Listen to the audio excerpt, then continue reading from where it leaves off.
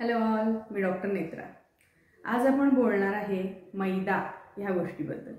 अनेक लोकांनी ह्याच्याबद्दल प्रचंड वाईट गोष्टी ऐकल्या असतील। कसा बाद आहे, कसा पटकन बंदच करायला पाहिजे, तुम्ही आता कायमचा तुमच्या आयुष्यातून मैदा काढून टाका वगैरे वगैरे गोष्टी ऐकल्या असतील। आपण ह्याच्या मागचं खरं शास्त्र काय आहे आणि आपण योग्य पद्धतीनं कधीतरी कशा पद्धतीनं मैदा खाऊ शकतो याच्याबद्दल आज आपण बोलूया। कारण मध्यम मार्ग कुठल्याही गोष्टीत काढायचा, मग ते न्यूट्रिशन असू दे, हेल्थ असू दे किंवा कोणतीही गोष्ट असू दे, ही माझी स्ट्रॅटेजी असते। कारण कधीही तुम्ही एखादी गोष्ट एक्सक्लुसिव्हली अजिबात नाहीच खायची असं ठरवलं तर ती मला वाटतं युनिवर्स त्याच पद्धतीनं काम करतं आणि त्याच गोष्टी तुमच्यासमोर येतात आणि तुम्हाला ते टेम्पटेशन होतं की तुम्हाला ते खावंसं वाटतं किंवा खाल्लं जातं आणि मग खूप मोठा गिल्ट येतो। तर मैदा आपल्याला सगळ्यांना माहिती आहे की मैदा हा गव्हापासूनच बनलेला असतो। आपण जी कणिक म्हणतो किंवा गव्हाचं पीठ म्हणतो त्याचाच अजून रिफाईंड किंवा अजून जास्त प्रोसेस केलेला पुढचा प्रकार म्हणजे मैदा आहे। आता मैद्याला इतके सगळे नावं ठेवतात, मैद्याच्या मागे इतके लोक का लागलेले आहेत, तर त्याच्यात तसे खरोखर दुर्गुण आहेत। काय दुर्गुण आहेत त्याच्यामध्ये, तर तो हायली प्रोसेस्ड फूड आहे। अन्नाच्या बाबतीत जेव्हा आम्ही न्यूट्रिशनचं कन्सल्टिंग करत असतो तेव्हा खूप सोपं करून आम्ही सांगतो की ज्या वस्तू किंवा जे पदार्थ खूप कमी प्रोसेस्ड असतात, म्हणजे नॅचरल फॉर्ममध्ये आंबा आहे, तो आंबा घेतला तुम्ही, कट करून खाल्ला, त्याच्यावर काहीच प्रोसेस झाली नाही, फक्त कटिंगची एक बेसिक प्रोसेस झाली। तोच जर आंबा विकत घेतला, त्याचा पल्प काढला, त्याच्यामध्ये साखर घातली, तो शिजवला, प्रिझर्वेटिव्ह टाकले आणि त्याचा जॅम बनवला, तर त्याच्यावर 5 ते 6 प्रकारच्या प्रक्रिया झाल्या। त्यामुळं तो जास्त त्याच्यावर प्रक्रिया झाल्यामुळे तो आपल्या शरीराला हानिकारक आहे।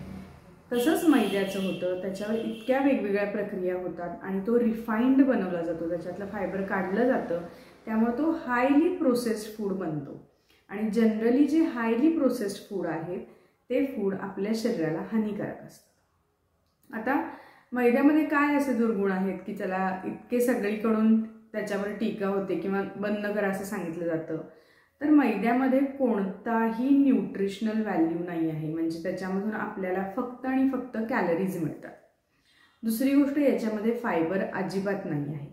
तिसरी गोष्ट, मैदा खाल्ल्यामुळं तो खूप प्रोसेस्ड असल्यामुळं त्याच्यातून आपल्याला पटकन एनर्जी मिळते, म्हणजे ग्लायसेमिक इंडेक्स एकदम हाय आहे। त्याच्यामुळं बऱ्याचशा पेशंटना मैदा अवॉइड करा असं सांगितलं जातं। आता याच्यामधली मजा अशी आहे की मैदा अवॉइड करा हे सांगितलं जातं, तर मला कधी तुम्ही सांगा, असं आपण बसून चमचा आणि वाटी घेऊन आपण मैदा खातो का? मैदा खाऊ नका म्हणजे काय की टू मच रिफाईंड फूड आहे, ते अशा गोष्टीबरोबर कंबाईन करा की जिथं तुम्हाला त्याच्यामध्ये न्यूट्रिशन ॲड करता येईल, तिथं तुम्हाला फायबर ॲड करता येईल। अशा वेळी एक होल मील बनवून you can have maida sometimes. असं नाही आहे की तुम्हाला ते कायमचं आयुष्यातनं बंद करायचं। आता मैद्याबरोबर कॉम्बिनेशन्स आपण काय करू शकतो, तर मैदा म्हणजे आपल्याकडे जनरली काय फॉर्म असतो, ब्रेड, एकतर सगळ्या प्रकारचे ब्रेड, सगळ्या प्रकारचे केक्स किंवा रोटी जी आपण खातो हॉटेलमध्ये, त्याच्यामध्ये सुद्धा हल्ली होल व्हीट मिळते पण मैद्याची रोटी असते जनरली, आणि डोनट्स वगैरे असे पदार्थ आहेत, काही स्वीट पदार्थ आहेत, तर ते प्युअर मैद्यापासून बनवलेले असतात।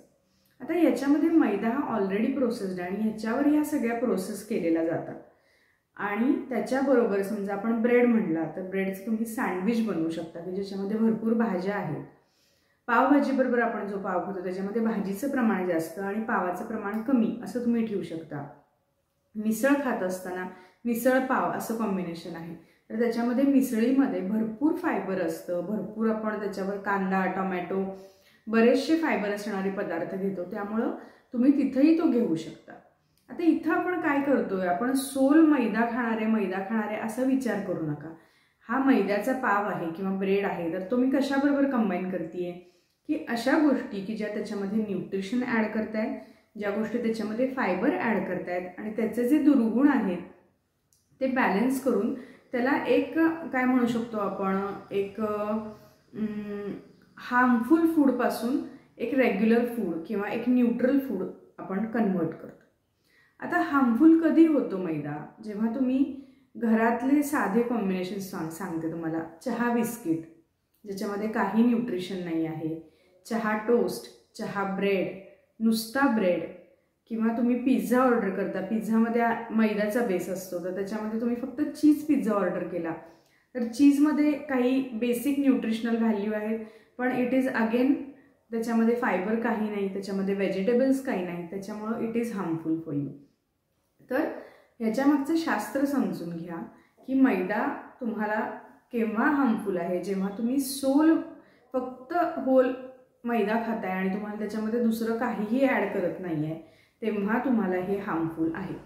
मग तसं जर आपण बघायला गेलं तर आपण जेव्हा तूप लोणचं पोळी खातो किंवा तूप साखर पोळी खातो किंवा पोळीबरोबर बटाट्याची भाजी खातो की ज्याच्यामध्ये फायबर ॲज गुड ॲज नाही आणि हायली कार्बोहायड्रेट्स आहेत, तेव्हा हे सगळे पदार्थ आपल्याला न्यूट्रिशन देत नाहीत, आपल्याला फायबर देत नाहीत आणि ह्याच्यामध्ये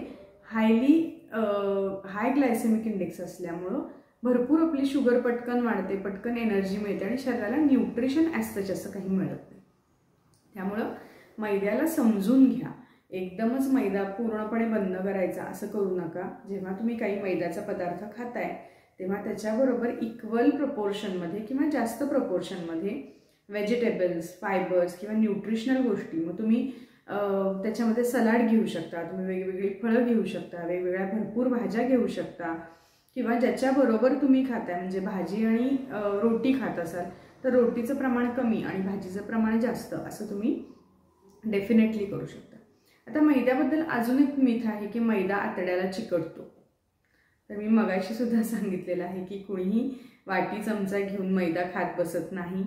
मैदा हा आपण जेव्हा खातो तेव्हा त्याच्यावर अनेक प्रकारच्या प्रक्रिया केल्या जातात. तो शिजवला जातो, भाजला जातो, मळला जातो आणि शरीरामध्ये सुद्धा शरीर आपलं काही ड्रेनेजच्या पाईपसारखी अशी सरळ पाईप नाही आहे.